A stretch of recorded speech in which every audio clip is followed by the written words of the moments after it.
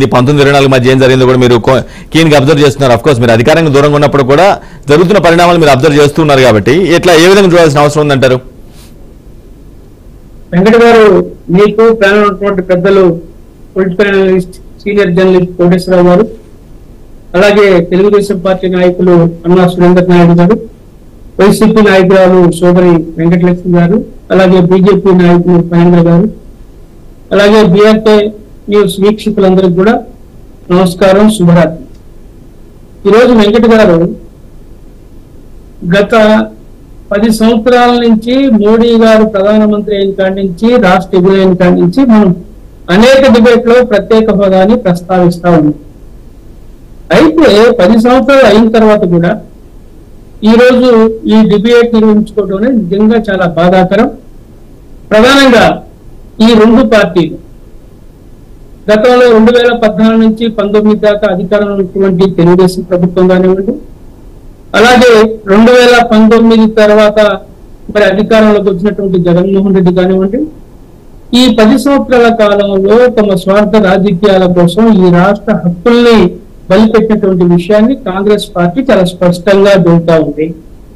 రాష్ట్ర విభజన సందర్భంగా దాదాపు 5 లక్షల కోట్ల రూపాయలు 5 లక్షల కోట్ల రూపాయలు ఇలువైనటువంటి మరి అనేకమైనటువంటి అంశాలని కాంగ్రెస్ పార్టీ మరి చేర్చినటువంటి విషయాన్ని ఈ సందర్భంగా మీకు గుర్తు చేస్తా ఉన్నా. అయితే మనం ఒకసారి గమనించాలా, ఈ రెండు పార్టీలు కూడా మోడీ గారి ప్రాపకం కోసం మరి ఏ విధంగా తహతలాడాయో మనం చూసాం.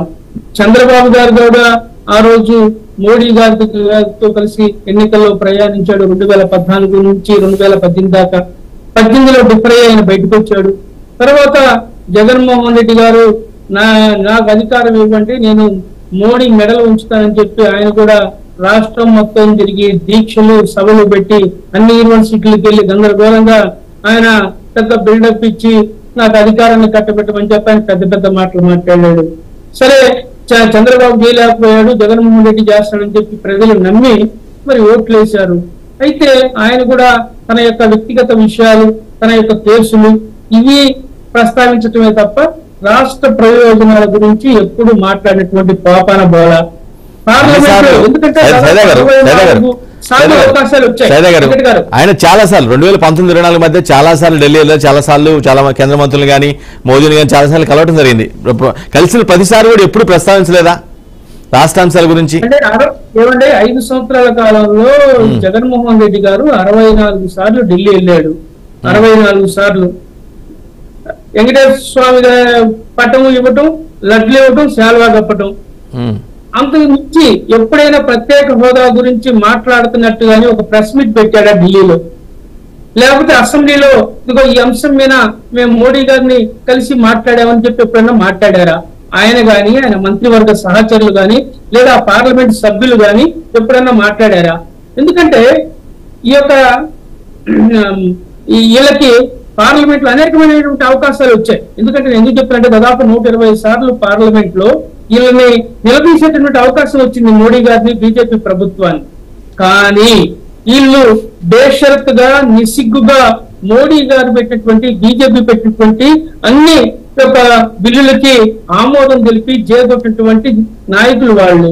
ఈ రోజు కుంభకర్ణుల్లాగా 5 సంవత్సరాల తర్వాత మనం నిద్ర మేల్కొని మేమే ప్రత్యేక హోదా తెస్తామని చెప్పి ఉత్తర కుమారులాగా మిథున్ రెడ్డి మాట్లాడటం చాలా బాధాకరం. ఎందుకంటే నిజంగా ఇది ప్రజలు ఇంకా ఎంతకాలం మీరు మోసం చేస్తారు?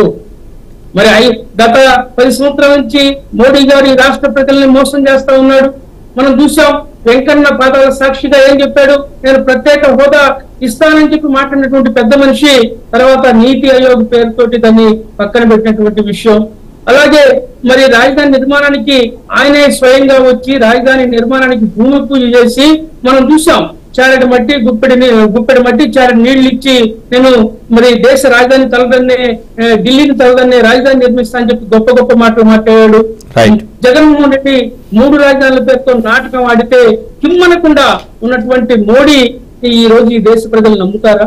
మీరు గమనించండి. ఎందుకంటే మోడీ గారు నమ్మకపోవడానికి గల కారణాలు ఈ రాష్ట్రంలో ఉన్నటువంటి అన్ని పార్టీలు, ఎందుకంటే వామపక్షాలు కాంగ్రెస్ తప్ప ఈ రాష్ట్రంలో ఉన్నటువంటి తెలుగుదేశం కానివ్వండి, జనసేన కానివ్వండి, అలాగే వైసీపీ కానివ్వండి, ఈ మూడు కూడా బీజేపీ అంటే బాబు జగన్ పవన్ అన్నటువంటి పరిస్థితిలో మోడీకి తొత్తులుగా వ్యవహరిస్తా ఉన్నారు. వాళ్ళు చెప్తారు బీజేపీ వాళ్ళు పదే పదే మాది డబుల్ ఇంజిన్ సర్కార్ ఏమంటే మేము రాష్ట్రాన్ని అభివృద్ధి చేస్తామని. ఎక్కడ మీకు డబుల్ గా ట్రిపుల్ ఇంజిన్ సర్కార్ ఇచ్చారు? మీరు మన బడ్జెట్ లో ఏమి ఇచ్చారు? ఒక్క పైసా ఈ రాష్ట్ర ప్రయోజనాల కోసం ఒక పైసా ఇచ్చారా? దానికి కూడా అతీగతి లేదు. అసలు ఈ రాష్ట్రానికి బడ్జెట్ లో కేటాయింపులు కేటాయించకుండా కొత్త మాటలు చెప్పి ఎంతకాలం ప్రజలు మోసం చేస్తారు మీరు? కాంగ్రెస్ నుంచి వెంకట గారు ఇప్పుడు కానీ ఈ రాష్ట్ర ప్రజలు మేల్కోవాల్సిన అవసరం ఉంది. ఈ తోడేళ్ల నాటకాన్ని అరికట్టాల్సినటువంటి అవసరం ఉంది. ప్రజలు చైతన్యవంతం కావాల్సిన అవసరం ఉంది. ఏదైతే కాంగ్రెస్ పార్టీ రాష్ట్ర విభజన సందర్భంలో అన్ని పార్టీలతో కలిసి రాష్ట్ర విభజన చేసిందో ఆ యొక్క హక్కులు సాధించడం కోసం కాంగ్రెస్ పార్టీ షర్మిల గారి నాయకత్వంలో మేము ముందుండి పోరాడబోతా ఉన్నాం. త్వరలోనే ఉద్యమానికి రూపకల్పన చేయబోతా ఉన్నాం. రాష్ట్రంలో ఉన్నటువంటి అన్ని టోల్ గేట్లని నిర్బంధించి మోడీ మెడలు ఉంచి ప్రత్యేక హోదా సాధిస్తామని చెప్పి మీ ద్వారా తెలియజేస్తా ఉన్నాం. వెంకట గారు. కోటేశ్వర గారు, మీరు ఈ పరిణామాలన్నీ చూస్తూనే ఉన్నారు.